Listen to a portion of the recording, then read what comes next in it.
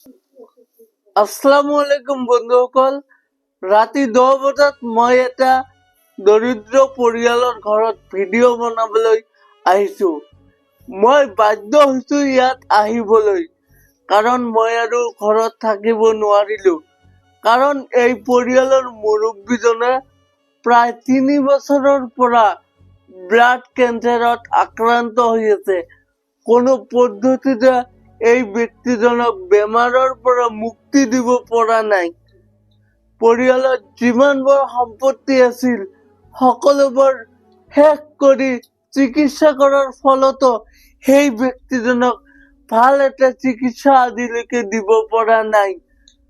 এতিয়া আৰু শেষ উপায় ৰাইজৰ মানুহে আলোচনা কৰি নিজৰ বিবেকক ভাবি চিন্তি তেওঁলোকে কিছু এটা আৰ্থিক সাহায্য দি আজি ৰাতিত এই ব্যক্তিগৰাকীক গুৱাহাটীৰ GMCত পঠিয়াব। ইয়াত গৈ কি হ'ব, চিকিৎসা কৰিব পাৰিব নে নাই আমি একোই নাজানো, কাৰণ আমাৰ হাতত আছে মাত্ৰ 10-12 হাজাৰ টকা। এই 10-12 হাজাৰ টকালৈ আমি কি কৰিম সেই ব্যক্তিজনৰ প্ৰতি চাই মই আচৰিত। মই কি কৰিম মই নিজে ভাবিব পৰা নাই। তাৰ কাৰণে এই ভিডিঅ'টো লৈ আহিছো আপোনালোকৰ মাজলৈ।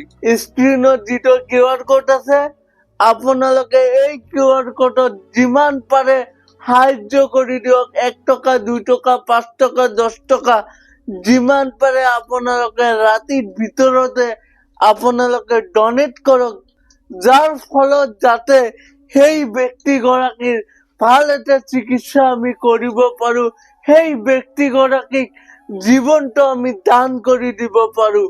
সকলোকে মই অনুৰোধ কৰিম আপোনালোকে ভিডিঅ'টো এৰি নাযাব।